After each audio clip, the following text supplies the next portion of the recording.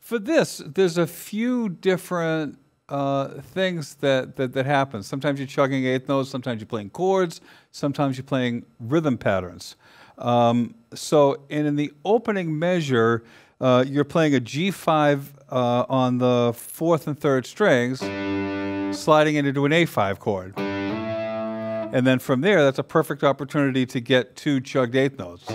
So, or then for the second half of the measure, I play the A5 back here, just because it sounds a little bigger. So, okay. Then in the second measure, you're playing a lick using open E, open A, and then just kind of... So there's a little pull-off that happens between the C 3rd fret down to the open A, then for the third measure, you play an F5, C5, G5, D5, that's the next measure, then a little lick at the end. So for that, you're playing F5, C5, G5, D5, then the little lick.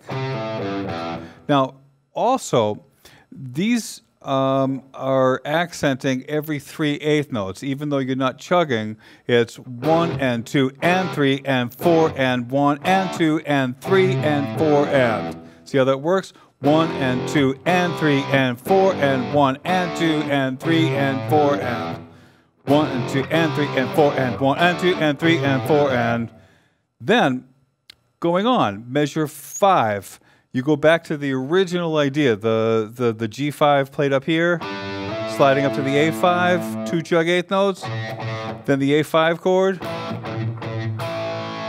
then that same lick, E, G, A, pull off from C to A, then G to E.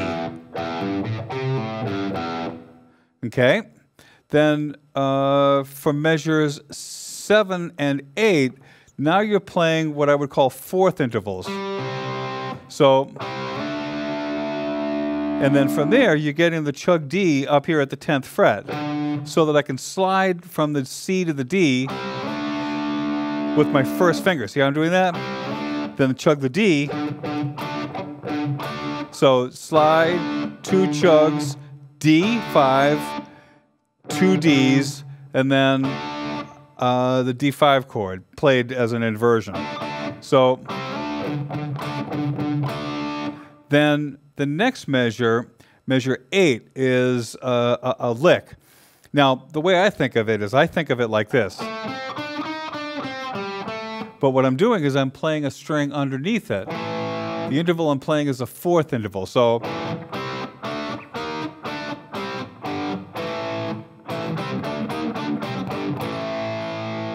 okay, then on measure, the next measure, that A5 chord, instead of doing the slide, instead of doing that, we're going to go 1 and 2 and 3 and 4 and. See how that works? So 1 and 2 and 3 and 4 and 1 and 2 and 3 and 4 and. And then, in the next couple of measures, there's another sequence that's similar to the one that happened in the beginning, but it's higher in chords. So first chord is B flat 5, F5, C5, G5, D5, D sharp 5, E5. So B flat, F, C, G, D, D sharp, E. Okay, but this happens starting on the and after beat 1 and continues by holding 3/8 notes each. So 3 and 4 and 1 and 2 and 3 and 4 and 1 and 2 and 3 and 4 and 1, except for the last 2. So it's 3/8 notes, 3/8 notes, 3/8 notes, and then 2/8 notes, 2/8 notes, 2/8 notes, 1. And then that plays another lick, which we'll get to in a second.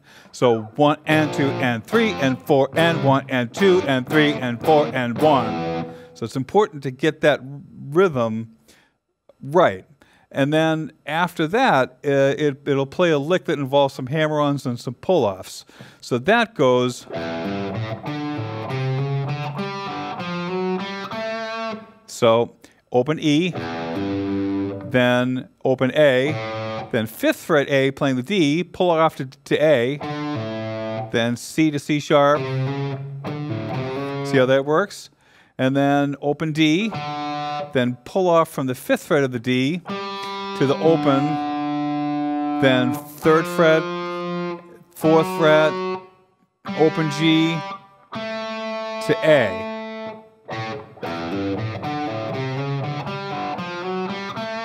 It sounds much cooler when you play it faster. So the whole thing.